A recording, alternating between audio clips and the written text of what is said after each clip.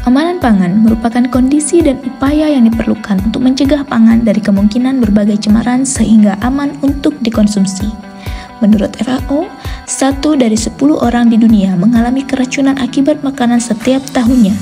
Lebih dari 200 penyakit disebabkan oleh makanan yang terkontaminasi hingga menyebabkan masalah kesehatan jangka panjang. Hal ini menunjukkan bahwa keamanan pangan merupakan aspek penting dalam meningkatkan kesehatan dan kualitas hidup masyarakat. Pemerintah pusat dan pemerintah daerah memiliki kewajiban untuk menjamin penyelenggaraan keamanan pangan di setiap rantai pangan secara terpadu, seperti yang tertuang di dalam Undang-Undang Nomor 18 Tahun 2012 tentang Pangan dan Undang-Undang Nomor 23 Tahun 2014 tentang Pemerintah Daerah. Pemerintah Kabupaten Bangka Tengah melalui Dinas Pertanian dan Ketahanan Pangan terus berupaya meningkatkan keamanan pangan yang dalam 3 tahun terakhir mengalami perkembangan yang fluktuatif. Oleh sebab itu, diperlukan suatu terobosan guna meningkatkan kinerja keamanan pangan, yaitu Asam Kandis. Ayo bersama mewujudkan keamanan pangan terintegrasi.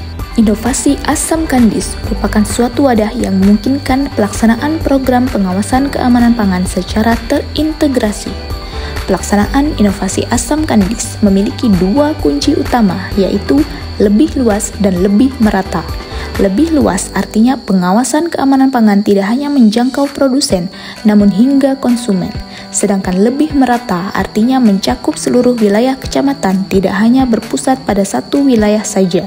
Hal tersebut sesuai dengan prinsip pengawasan keamanan pangan terintegrasi dari hulu ke hilir atau dari pre-market menuju post-market. Pengawasan keamanan pangan pada sektor hulu terdiri dari pendampingan dan pembinaan. Pendampingan yang dimaksud adalah pendampingan untuk memperoleh sertifikasi dan izin edar produk pangan segar. Sedangkan pembinaan berupa pelatihan, sosialisasi, dan atau bimbingan teknis mengenai keamanan pangan sebelum pangan diedarkan. Adapun pengawasan keamanan pangan pada sektor hilir meliputi pengujian residu pestisida dan formalin pada sampel pangan segar. Sampel tersebut diambil dari pasar-pasar yang tersebar di seluruh kecamatan.